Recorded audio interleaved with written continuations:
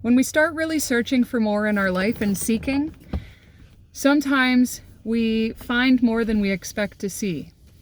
People start telling us who they really are. You can see behind the mask that they're showing the world.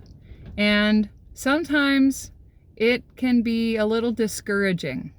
Hi, I'm Holly, and I'm sharing a part of my journey to bring courage and inspire you on yours. And over the past, let's say 12 years has been really leading me into this spiritual journey. And to me, spirituality is the journey to the self. We fragment ourself, we return to our soul self, to wholeness. So I moved out to northern Alberta and I started to meet people who were really authentic in how they practiced their spirituality. One guy I lived with had crystals all over his home, and another guy, he had lost his son at a very, very young age, like 1 or 2. He was really young. And so he told me that his ghost came to visit sometimes. And so when I was there alone, because I lived with him for a little bit too, and when I was there alone, he told me that if you leave, like the son likes to play with the lights, basically. And so I left and I went down to the lower level to do laundry, and I came back up and the light was on. And when I left, I turned the lights off. And so he told me just say to the spirit that I really don't want to have you around right now. So, and then light some incense and he'll leave. And at that time, I didn't know a whole lot about the occult, about the hidden realms and the hidden knowledge. And the only time prior to that was about 10 years before that. And I might have told 1 or 2 people this. And I was about 20 or 21, 100% sober. My grandparents had passed 1 or 2 years before that, within 4 months of each other. And my grandparents were like a huge reason of the values I hold today is because of them. And so they passed, again, about 1 or 2 years before that.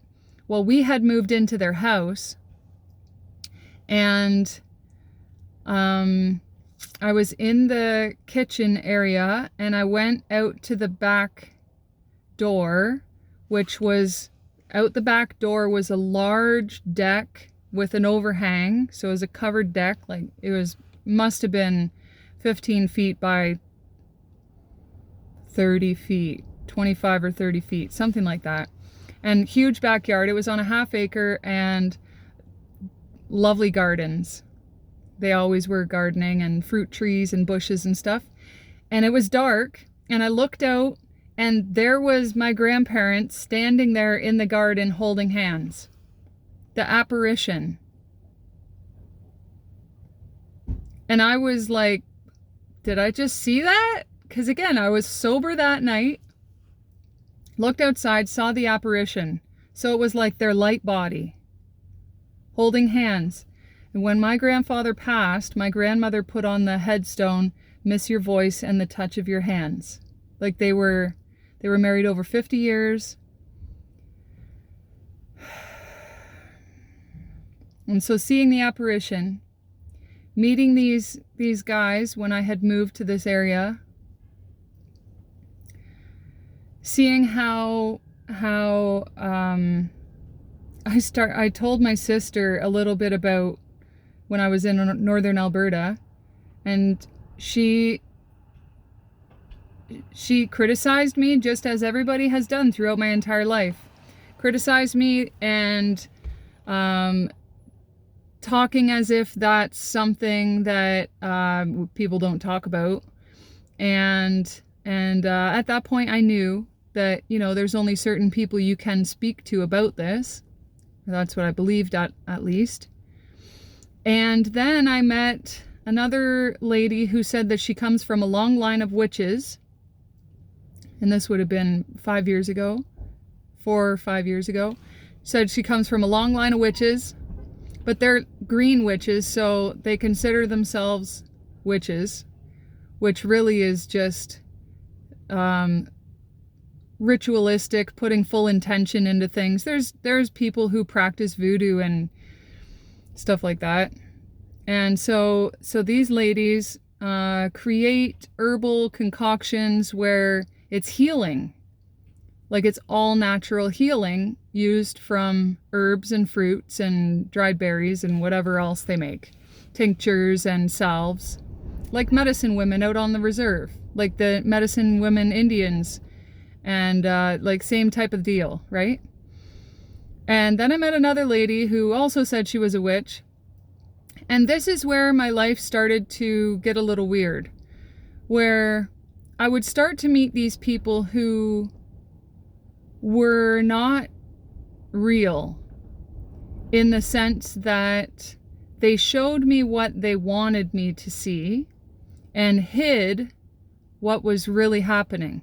So this lady, she said she did cards sometimes, and I had already gone to an angel reader previously, and this psychic medium intuitive lady, I would have been probably 12 years ago, 13 years ago. And so this lady said she did cards, and I was like, what do you mean? And she's like, she just uses a regular deck of cards. And I was like, oh, how do you read them? Like, how do you read a 3 of hearts? How do you read a jack of spades? And she's like, well, here, you just take the deck, just shuffle it. And she's like, and then just like pull out a couple cards. And I started pulling out cards, and she's like, and I was like, what? And she's like, oh, just take a couple more. She couldn't even hide her reaction. And so I pulled these cards, and she's like, she would not tell me what they meant. And I said, what does it mean? And she's like, oh, it's good. And that's it. And I was like, this is how spiritual warfare is performed. These people get into your energy to find out about you and your Akashic records and your ancestral history and your library and everything. And they do try and do destiny swaps. They try and take your energy and put it onto them. This is why people steal from you, because they're looking into your future, your energy, and they are stealing and siphoning. I met another lady who, I had picked up this hitchhiker because he was wasted, falling off his bike, and I'm like, look, let's drive you home. So I drove him, and he was staying with these people, and the lady there, they were building this really cool outdoor like stage area, and it was like a Airbnb or B&B, whatever, and people could go listen to live music and then stay overnight. It was out of town. And she looks at me and she's like, you have a, I'm not going to tell you the color, but she's like, you have a aura. And I'm like, what does that mean? She's like, you'll see. I'm like, oh, so these people want to read you. These people want to constantly find out what's going on in your life. These people are constantly trying to take from you, dim your light, get you out of your authenticity. This is the world. And people want to ignore the fact that there is hidden realms. This is where we are. This is where we've been. And they've cloaked and veiled you so that you couldn't see this. And then 2 years ago, I find, 2 years ago?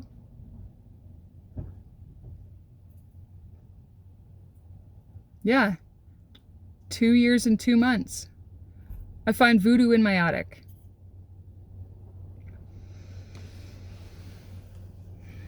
Before those tenants moved in, they said, "We just met a witch, and she told us that our luck is about to change." Now, when you step into the realms of spirituality, where you are doing deep inner work to find who you are, meaning like